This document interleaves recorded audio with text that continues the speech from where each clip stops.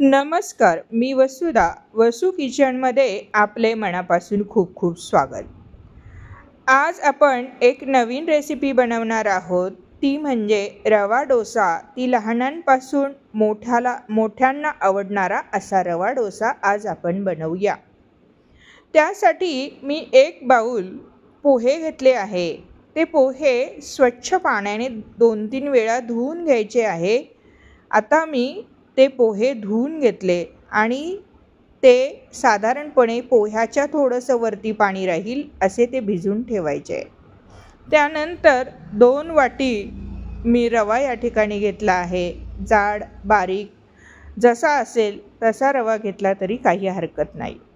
त्यानंतर 1 वाटी दही मी या ठिकाणी घेतलेलं आहे. आपल्याकडे ताक असेल तर आपण ताकही या ठिकाणी वापरू शकतो. रवा आणि दही व्यवस्थित मिक्स करायचं आहे आणि त्यानंतर काही पाणी आपण रव्यामध्ये टाकायचं. साधारणपणे पाऊण वाटी पाणी या ठिकाणी आपल्याला रवा भिजवण्यासाठी लागेल किंवा रव्याचा पोत लक्षात घेऊन आपण तसं पाणी या ठिकाणी वापरायचं आहे. रवा, दही आणि पाणी हे व्यवस्थित मिक्स करायचं आहे आणि त्या रव्याची कन्सिस्टन्सी कशी आहे हे लक्षात घेऊन आपण पाणी वापरायचं आहे. मी वापरलेला रवा थोडासा जाड आहे, त्याच्यामुळे मला पाणी थोडंसं जास्त लागतं आहे.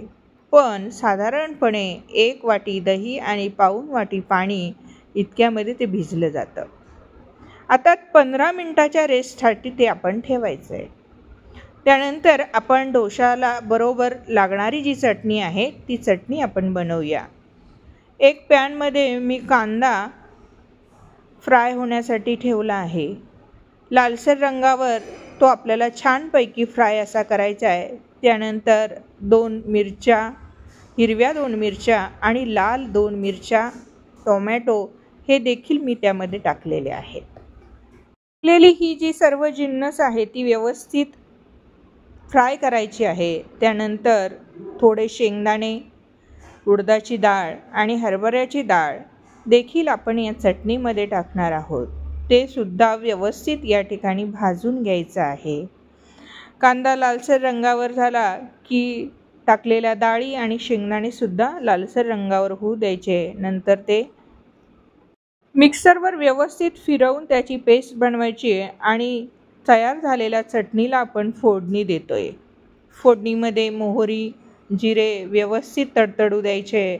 त्यानंतर कढीपत्ता त्या ठिकाणी टाकलेला आहे मी आणि ही फोडणी आपण त्या चटणीवर ओतायची आहे आणि व्यवस्थित चटणीमध्ये ती फोडणी मिक्स करायची आहे. फोडणी टाकली तरी चालेल, नाही टाकली तरी चालेल. या ठिकाणी आपण जे पोहे आणि रवा केलेला आहे तो व्यवस्थित बारीक ग्राइंड करून आपण घ्यायचा आहे आणि एका बाउलमध्ये काढायचा आहे. दळताना थोडंसं पाणी टाकलं तरी या ठिकाणी चालेल. आपण कन्सिस्टन्सी ही आपण लक्षात घ्यायची आहे आणि त्यानुसार पाणी आपण या ठिकाणी वापरायचं आहे. सगळं मी आता व्यवस्थित बारीक करून घेतलं आहे आणि या मिश्रणामध्ये थोडंसं मीठ टाकायचं आहे आणि मीठ टाकल्यानंतर हे व्यवस्थित मीठ मिश्रणामध्ये मिक्स करायचं आहे. मऊसूत असं हे मिश्रण तयार झालेलं आहे आणि कन्सिस्टन्सीसुद्धा अतिशय व्यवस्थित या ठिकाणी झाली आहे. मी चवीसाठी थोडीशी मिरेपूड टाकून ती मिक्स केली आहे. त्यानंतर थोडीशी जिरेपूडसुद्धा मी या ठिकाणी टाकणार आहे की माझी मुलं जी आहेत ती चटणीसोबत डोसा खात नाही, ती तशीच खातात, म्हणून मी या गोष्टी यात टाकते. त्यानंतर थोडासा मी इनो या ठिकाणी टाकला आहे कारण हा रवा डोसा हा इन्स्टंट आहे, झटपट तयार होणार आहे. त्याला कोणतीही फर्मेंटेशनची प्रक्रिया नाही, म्हणून इनो या ठिकाणी टाकला आहे. आता बॅटर आपण तव्यावर ओतूया आणि बघा आता किती छान डोसा तयार होतो. लगेचच डोशाला बबल्स यायला सुरुवात होते. बबल्स जेव्हा डोशाला येतात तेव्हा आपण समजून जायचं की आपलं डोसा एकदम छान झालेला आहे. डोसा हा शक्यतो एकाच बाजूने शेकला जातो, परंतु मुलांसाठी मी दोन्ही बाजूनी शेकवते. या ठिकाणी आपण डोशावर बटरसुद्धा लावू शकतो. बटर लावल्यामुळे टेस्ट आणखी छान तयार होते. असे डोसे मी तयार करून घेते. बघा खालच्या बाजूने किती छान डोसा लालसर रंगावर भाजला गेला आहे. असे बरेचसे डोसे मी तयार करून घेतले. काहींना बटर लावलं आहे, काहींना नाही लावलं. घरातील काही लोकांना बटर आवडतं आहे तर काहींना आवडत नाही, म्हणून काहींना बटर लावलं आहे आणि काहींना नाही.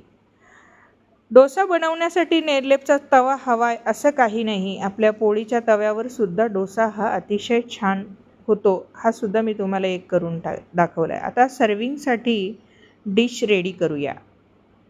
चटणी आणि डोसे आपल्याला खाण्यासाठी आता रेडी झालेले आहेत. माझ्या रेसिपी तुम्हाला जर आवडत असतील तर माझ्या चॅनलला लाईक करा, शेअर करा आणि सबस्क्राईब करा. मी आपल्यासाठी अशा नवनवीन रेसिपी घेऊन रोजच येत राहील.